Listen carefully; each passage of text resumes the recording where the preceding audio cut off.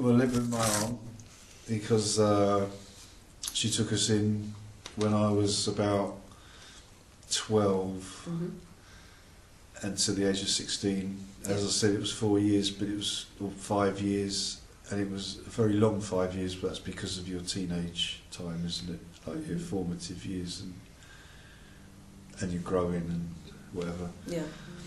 And Clifford was her son from her first marriage before she married my uncle, so he's from a different family, but then was living with, it was a house with my aunt and her boyfriend, her 2 daughters, young daughters from her marriage to my uncle, who then she divorced. Yeah. And they're really quite young, and compared to me as well. And there's my sister's 2 years older than me, and there's Clifford, who I'm not certain was his age, because he was quite a bit older. He could have been, so say when I was, say, 13, 14, he could have been 19 then, 18, 19, I'm not certain. Yeah. He could have been 18, 19, he could have been 20. I'm not sure, but there was a big difference, and there's also because of your, you know, the difference between a 13, 14-year-old and a 17, 8 is a big difference. Yeah. Isn't there, usually? And he was a bad boy. I thought he was a bad boy, but I really thought that was cool. And maybe it's also because he stood up to my aunt, which I actually didn't like. I didn't like it when they argued, because they were really. He had a lot of anger towards maybe because of the divorce and all that. But I just think because of all I sort of saw of the pattern of his lot of how I saw him was that, you know, you didn't see him all day because you were at school, he was at work, you come home, you'd be sitting in the front room watching telly. In the evening he would appear either from the pub, or he was about to go to the pub, or he just decided to stay in. And he'd always sit in his favourite armchair, and we'd have to be out of it, kick us out. Yeah. And as soon as he came in, and the TV would, everything, then he would control everything, and the TV would be put to whatever he wanted. And then the music would go on, which was really funny, as I said, because he would put on snippets, he's getting different records out, because there was only records, there was no cassettes or anything else we had. We just had vinyl, and he'd stick bits of music on different tracks. That's just really to talk about the different tracks. and you wouldn't even maybe get the whole of one track. You'd get one bit of it, the favourite bit you liked, and then the pickup arm would come off, and then another one would go on. And so what about the girls used to? The girls was that I realised after a while that he was going to the same pub, which was called the Grange, I think. Which is like it's a walk. It's like a 15-minute walk from where we lived. 15-20-minute walk. It's nothing. And then he just, as far as I knew, he just went to the same pub because it was a really nice pub. Yeah. And he would bring women, well, you know, one at a time, home. Yeah. As far as I know, it was one at a time, and. They stay the night, and then they would basically probably leave. But there were occasions, well, there was, and I just became. I think not only because of what he was doing, but he was doing that, was the fact that it was accepted what he was doing, and the fact that my aunts found it quite amusing, almost to the point of, you know. Go on there, Cliff. Encouraging it, without saying anything. But at the same time, so I thought, well, that must be a good thing then, isn't it? You know. And I thought, and then when I started to realise that, you know, about the opposite sex, I thought, yeah, how does he do it? Because I don't know what to say to toffee to girls. I don't know what to say to them. I have no idea what to say to them. Apart from when you're at school, you know, you're just chatting. Yeah. But chatting up, I haven't got a clue. So I always wanted to know his secrets. I probably actually wanted to go down. I think I secretly wanted to go down with him. Yeah. To watch, just to sort of watch the techniques and what do you say. Yeah. You know, how do I start the conversation? And I can tell you one night, which was actually really funny, was that my aunt then decided she didn't like it because she thought it was having a bad influence on me, probably especially. Right. Or maybe all the kids in the house. Yeah.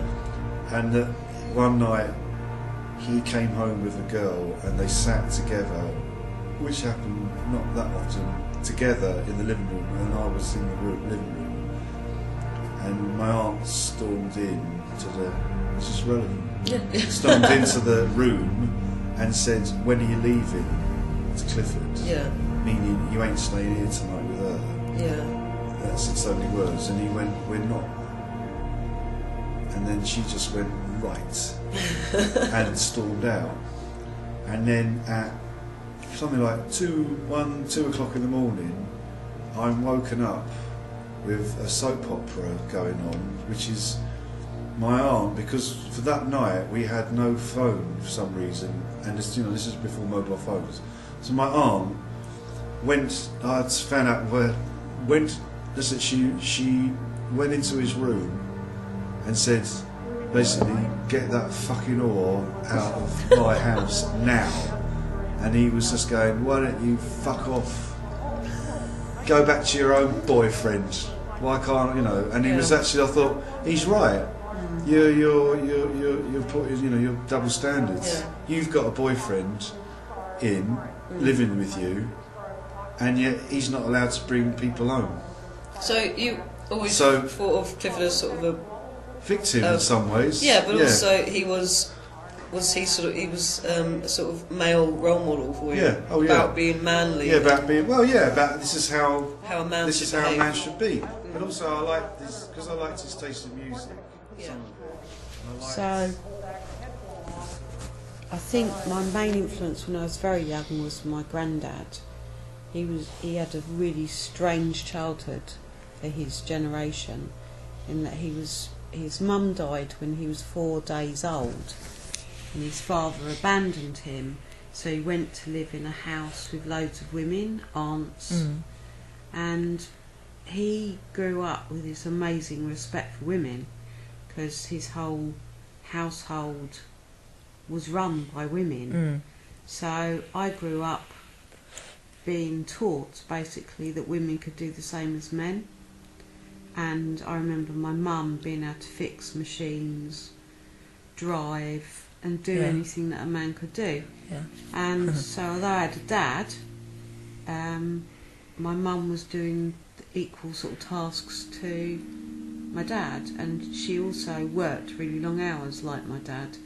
So I just sort of grew up thinking that men and women could do the same things. I didn't even question it. It wasn't until I went to school that I was quite shocked that girls were only allowed to do certain things and boys were allowed to do other things. And I learned that girls weren't supposed to make a noise, girls weren't supposed to run around. I got caned at my infant school, my junior school, because I chased after a mouse. And I remember all the other girls in the class, this mouse was running around the classroom. All the other girls screamed and jumped onto chairs, which I thought was really weird. And I was trying to catch this mouse because I thought it would be a really good pet.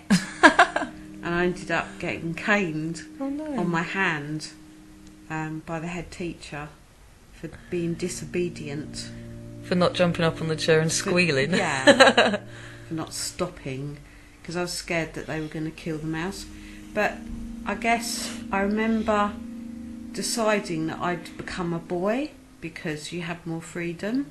So I cut my hair off and I wore Ben Sherman shirts and Levi jeans, and all the other girls were wearing little dresses because it was the 60s. But I remember at the same time being absolutely appalled when someone asked me if I was a boy or a girl. So why don't you know?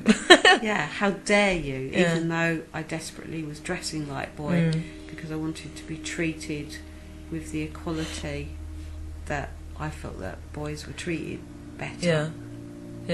So that was a big thing for me.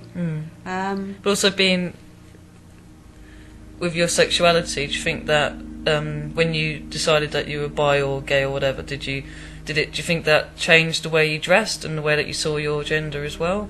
I don't think it did when I was at art school, because I hung around mainly with gay boys, and so I was like the ultimate fag hag. Yeah. And they used to dress me up like I was some sort of Barbie doll. They used to make me clothes and dress me up and do my hair and take me to clubs.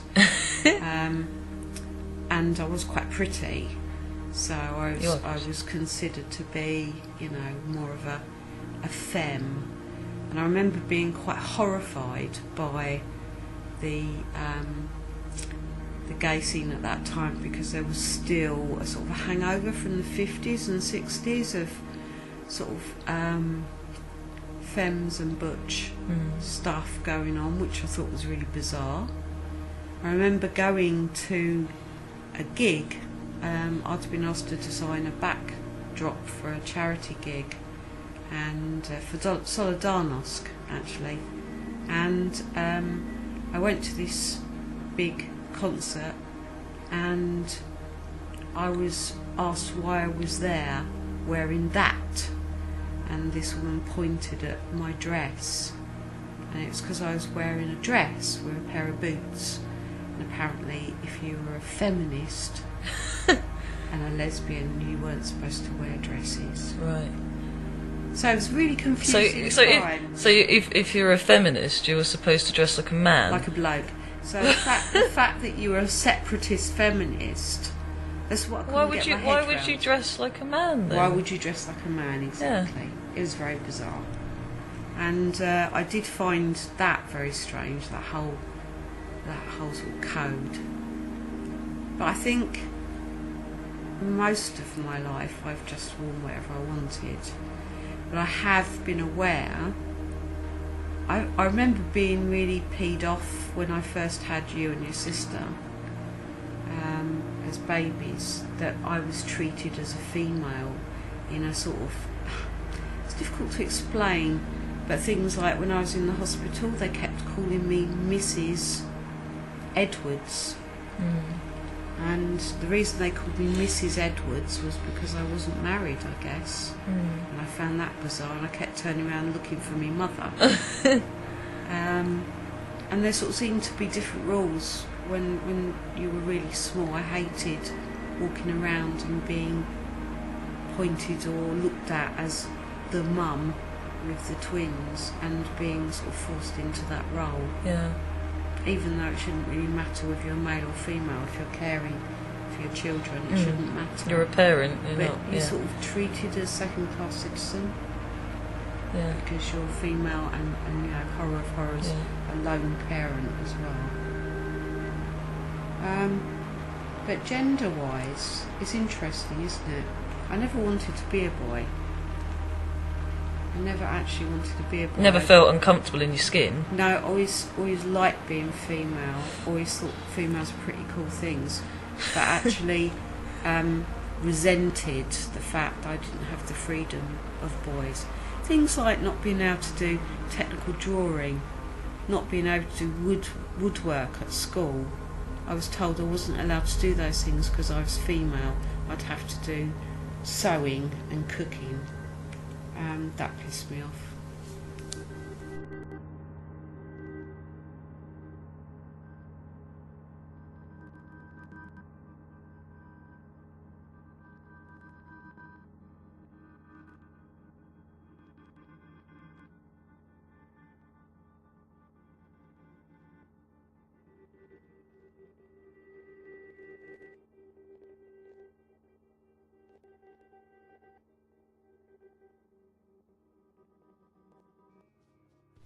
When I was younger, I used to think that the boys got to do cooler things. Well, not they got to. I mean, I remember being in primary school and I really wanted to play football with the boys, and they wouldn't let me because I was a girl, which is typical. But and I really wanted to, and I think something got it. And I always found boys cooler. I don't know why. When I was younger, I just preferred the way they looked, and so when I was younger I started dressing more like a boy, and I cut all my hair off, just wore t-shirts and jeans, and I wasn't particularly into girly things. I wasn't, well, what you class as girly things, whatever that is, but makeup, and I got into that when I was a bit older, obviously, but I think because of my mum not being a particularly girly woman, and her sexuality as well, and also my dad not being a typical manly man, me and my sister, and I speak for myself more, I've become quite neutral, and I'm neutral in my gender identity, so I'm not particularly girly, I'm not particularly masculine, I'm just an in-between, a healthy, I feel, in-between, and but there's nothing wrong with being girly or masculine, it's just I feel healthy in what I am, and I think that's important, and I've learnt that women are pretty cool, we're pretty cool things, and as my mum said, and even though society will shove shit at you, it's not so much your gender, it's about driving through and doing your best as a person, and whether you're a girl or a boy, it's all about just trying your best and being yourself. Yeah, and being neutral and that's fine, I'm happy with that, and that's who I am.